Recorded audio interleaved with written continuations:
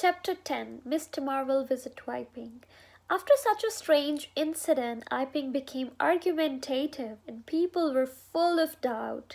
But they forgot their panic in fear of the invisible man because there were few who had actually seen him dissolve into air or felt his arm.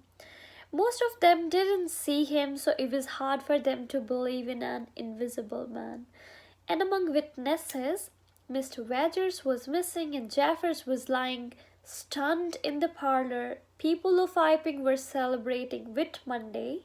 Although there was slight uneasiness in the air, still they enjoyed. Old Fletcher was celebrating by whitewashing the ceiling of his front room. At about 4 o'clock, a stranger entered the village. He was a short, stout person in an extraordinarily shabby top hat.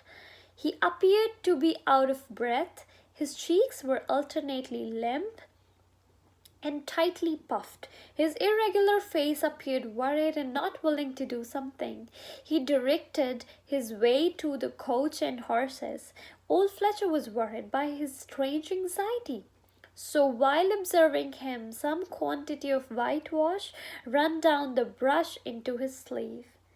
Mr. Huxter in the cellar of Coconut Shy observed him talking to himself at the door of Coach and Horses.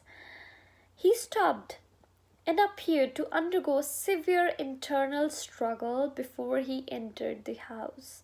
When he entered the parlor, Mr. Huxter heard the voices from within, and the man was informed that the room was private.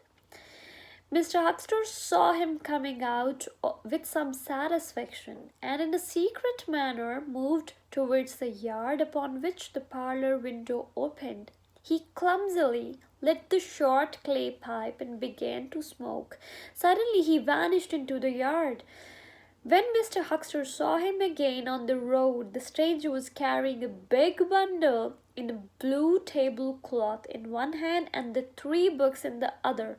When the stranger saw Mr. Huxter, he started running, and Mr. Huxter started shouting and called him a thief.